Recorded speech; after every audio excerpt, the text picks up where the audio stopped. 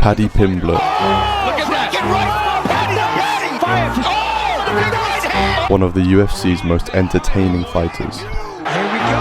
This could be it. He's done it. And today, I'm going to be training exactly like him. This is not good. I feel like I'm going to throw up. I don't know how he does this. This workout is crazy. Fuck. I did not expect it to be this hard. Yo, nobody's got an eating disorder like Paddy. Oh my god. Paddy celebrates his eating disorder. That mother gained 40 pounds after his last fight. What excites me more is the fight with Paddy. Really? Yeah, that fight excites me even more. Do it then, you little pussy. What? Do it. Do something, stand up. What'll you do? You'll do nothing. Real quick, let's go over the rules for this session. So Paddy Pimblett's training style is very unorthodox and a little bit messy. He's not like really strict rules in his training, but he starts his sessions off obviously skipping and stretching, which is a staple in anyone's workout. Then he does grappling. He does a lot of grappling. His main fighting style is grappling, so I'm going to be doing a lot of that. And in the video you'll see I did not realize how hard grappling actually was, because I'm a boxer. I've never pretty much never done grappling before, so this is kind of like my first time doing grappling, and I didn't realize how hard it was and how hard he does it. And then obviously as a mixed martial artist, he's not only going to do grappling, so we do some punch bags, some kicks, some punches, etc. Anyway, let's get straight in the video, and you'll see in the video I come to realize it's a lot harder than I anticipated. I thought Paddy the Baddy was just like some fat MMA fighter, just got fat, but no. So Paddy Pimblett's sessions are quite unorthodox. He has quite a messy style that not many people train like him. Now this is maybe the most important part of the training session, which is warming up and like stretching, because if you don't, you're going to get injured. So Paddy Pimblett does a lot of mobile stretching and then just stationary stretching. So he needs to stretch all of his legs up, his lower back, his shoulders, and there's this certain type of warming up that these like grapplers do. As you see, they like slide cancel, and I have no idea how they do it. I just randomly started trying it because I've seen loads of videos. I don't know how they do it. They can move so easily, and then they do a bunch of forward rolls and stuff. I assume this is just to increase their mobility. To start the session off, Paddy Pimblett, because he is a grappler, that's what he's best at. I'm starting off with grappling because that's what he starts with. He is quite relentless and he's very skilled at grappling. Something that you'll see later in the video that I didn't realize is how much thought goes behind grappling, and how not only do you have to think with your body, but you have to think like where they're gonna try and submit you, but you need to try and submit them as well. Now perhaps the best way to warm up, Paddy the Baddy does skipping. He does 3 sets of 3 minutes of skipping just to get the blood flowing, and he does like 10-second bursts of sprints just to really get warmed up well.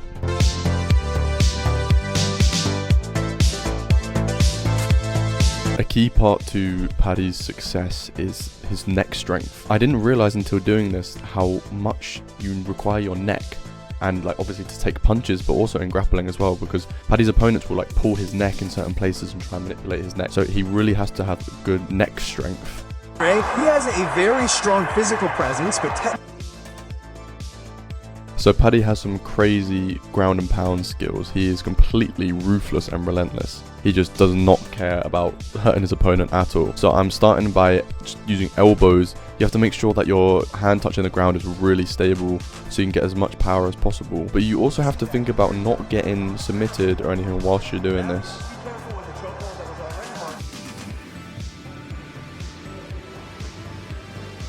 Like I've mentioned, I've literally pretty much never done grappling before, so a lot of this stuff is very new to me. Here obviously I'm trying to practice sprawling, but it's very difficult to do this on a dummy. You kind of need to do this on someone. Yeah, like your right leg over this arm. Like that? Yeah. And you want to do it 90 degrees that way. And then you're supposed to push off the hip, like push off their thigh. What do you mean push off? Like with your push off it to try and and twist your body towards that direction. Do you know what I mean? So like I said before, I've literally done like no grappling. I pretty much have no idea what I'm doing. My brother knows a bit more grappling than me, so he's kind of showing me what to do a bit here. But it's actually crazy how much you have to think about here. I didn't realize there are so many different things to think about compared to boxing or compared to Muay Thai. What's the goal then? You want to get your leg over your ankle. Oh, like that? Yeah, but you need to be more like lower down. Like you need to be more twisted. Like this needs to be more literally at that angle. So after a little help, I eventually got into the position I was trying to get into, which basically you trap their arm and their neck at the same time. I don't know exactly what this is called. I'm sure it has a word for it. But yeah, this is not a good position to be in if you're the dummy here. And then it turns out, I think I was throwing illegal elbows here. I don't think you're allowed to throw elbows on the back of the head, so...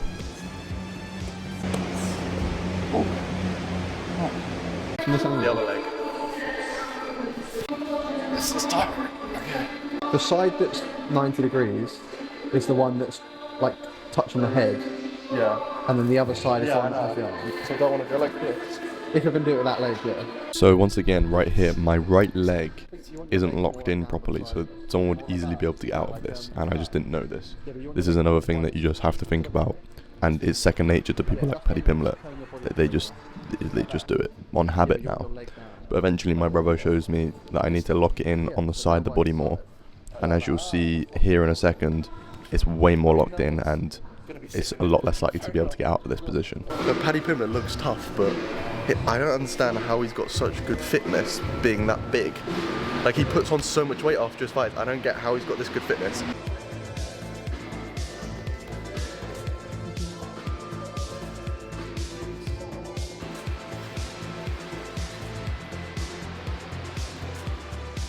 I did not expect this workout to be this tough. Like, I'm only halfway through it and I'm so knackered. I don't know how Paddy Pimblett has this good fitness, literally being like 200 pounds, fat all the time, and then suddenly has crazy fitness. Like, I didn't realize how much, one, flexibility this requires, and two, like muscular endurance. I mean, he is an MMA fighter, he's one of the best, so that's what you'd expect, but until you actually do it, you never realize.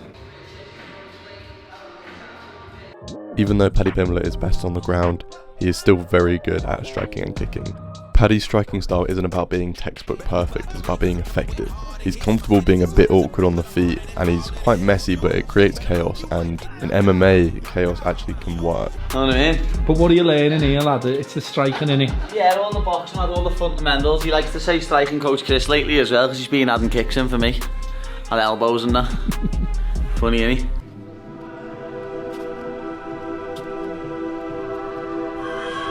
Paddy fights on the front foot a lot, so here I'm trying to replicate constant pressure. What stands out the most I've noticed is the pace he strikes at. Even when he's tired, he just keeps throwing punches, where for me I just slow down.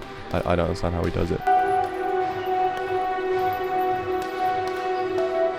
As you can imagine, at this point in the workout, I am just so tired. I'm having to take constant breaks. My fitness is just not where, it's just not at the level his is at. He gained so much weight after his fight. He still retains his fitness, which is very impressive.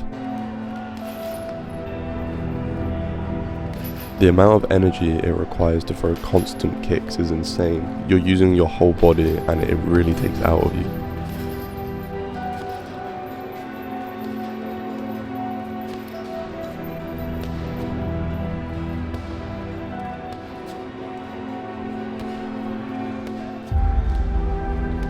As I mentioned before, a lot of this is very new to me. I've only been practicing kicks and elbows for about 3 or 4 months. I've been trying Muay Thai, and my body has not built up the endurance for it yet.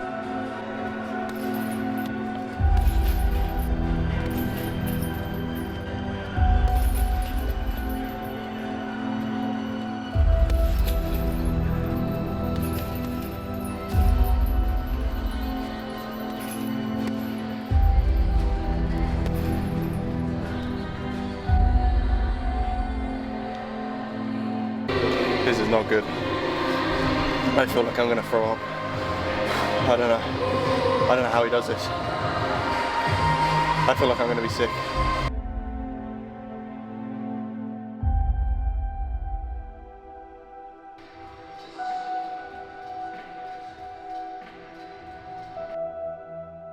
You never realize how tough these fighters actually are until you train like them. Like I mentioned a few times in this video, I thought Paddy Pimblett was just like some fat guy that sometimes trains and stuff. Even when he is fat and like bulks up a lot after his fights, he still manages to maintain his crazy endurance. Training like him really shows how relentless he is, how tough he trains, how how he just goes beyond. He really pushes himself, and so I think for his upcoming fight against Justin Gaethje, I think he'll win it. I think he's got this. Like, after training like him, you realize how strong they actually are. So that is going to be a really entertaining fight to watch. However, something that I haven't taken into account is Paddy's diet, because if I actually ate like how he eats whilst training like this, I think it would have been even harder. The sort of foods he eats, I don't know how he has the energy levels and just doesn't feel fatigued all the time. I think for my normal sessions in future, I'm literally going to try and push myself as much as possible, like Paddy does, training, preparing for these fights, because this is where you're going to see the most growth. Anyway, I enjoyed making this. Who do you want to see me do next? Which fighter do you want to see me train like next? Anyone that's got some upcoming fights, I'm not sure, I need to check. But also, if you want help getting into the best physique of your life as soon as possible, as fast as possible, send me a message on Instagram for coaching. I'll put my Instagram on screen now. Anyway, I'm trying to get to 1,000 subscribers. I am very close. I'm like 200 off. So I would appreciate subscribing and comment what you want to see next.